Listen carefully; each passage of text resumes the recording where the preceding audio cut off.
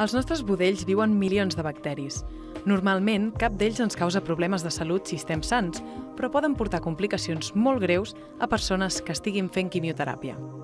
De resultes del tractament que se'ls dona per intentar curar aquest càncer, els hi baixen molt les defenses. Una de les infeccions principals que tenen aquests pacients són infeccions generalitzades, infeccions de la sang, que estan produïdes per uns bacteris que viuen al budell, que es diuen Escherichia coli.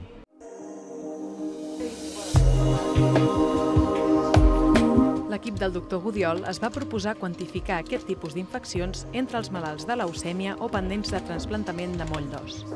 Per fer-ho, van recollir mostres de la flora intestinal de pacients dels hospitals Duran i Reynals i Germans Trias i Pujol.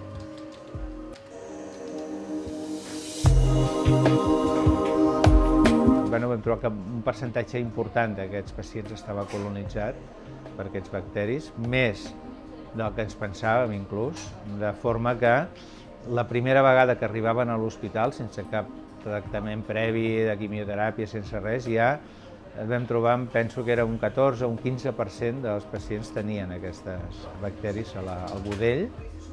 Aquesta xifra va pujar fins al 30%, repetint l'anàlisi als pacients una vegada començat el tractament. Això s'explica perquè si la quantitat de bacteris és molt baixa, pot ser que no es detecti d'entrada. Si el pacient entra en un ambient hospitalari i ja comença a donar-li la quimioteràpia, comença a prendre antibiòtics i comences a pressionar tota la seva ecologia, doncs és més fàcil que aquests bitxos proliferin i els puguis detectar.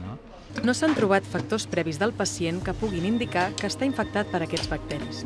El que sí que s'ha observat és que aquells que van prendre antibiòtics abans de ser ingressats tenen més possibilitats que els bacteris proliferin. Això també comporta un pitjor diagnòstic.